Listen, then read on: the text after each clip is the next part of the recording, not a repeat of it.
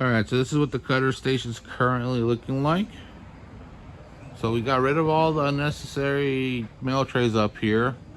We have some boxes up here, but I don't have them labeled, and I don't know what kind of box it is, what they're for.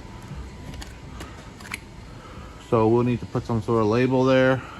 And this is a perfect example of an area that needs to be 3S. You can like take everything out, clean it, and then label it accordingly and get rid of the stuff that we don't need and set up the things that we do need in a more logical manner. So this is something we're going to be working on, and stay tuned for the aftermath. So we're finally working through our cutter, kind of taking inventory, 3S'ing and cleaning up and organizing, taking note of what we have.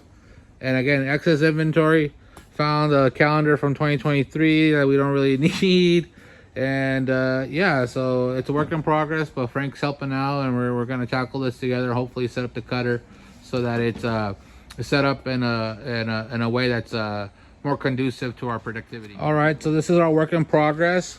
We cleaned this up a little bit, found a magnet or a manual, moved the rack forward a little bit.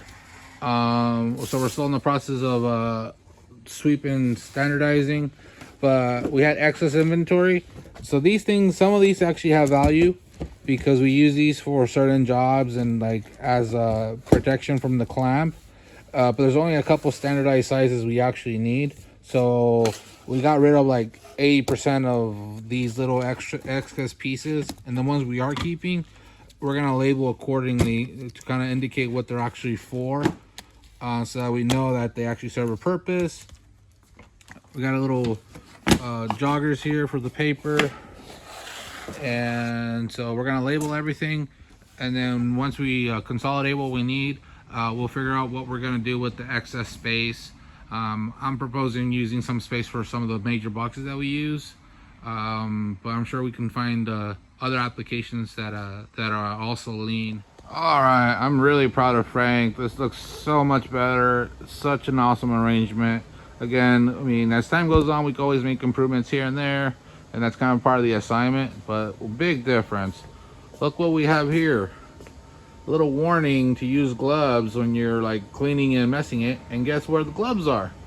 Right there. So exactly all the tools you need right at the spot of the action.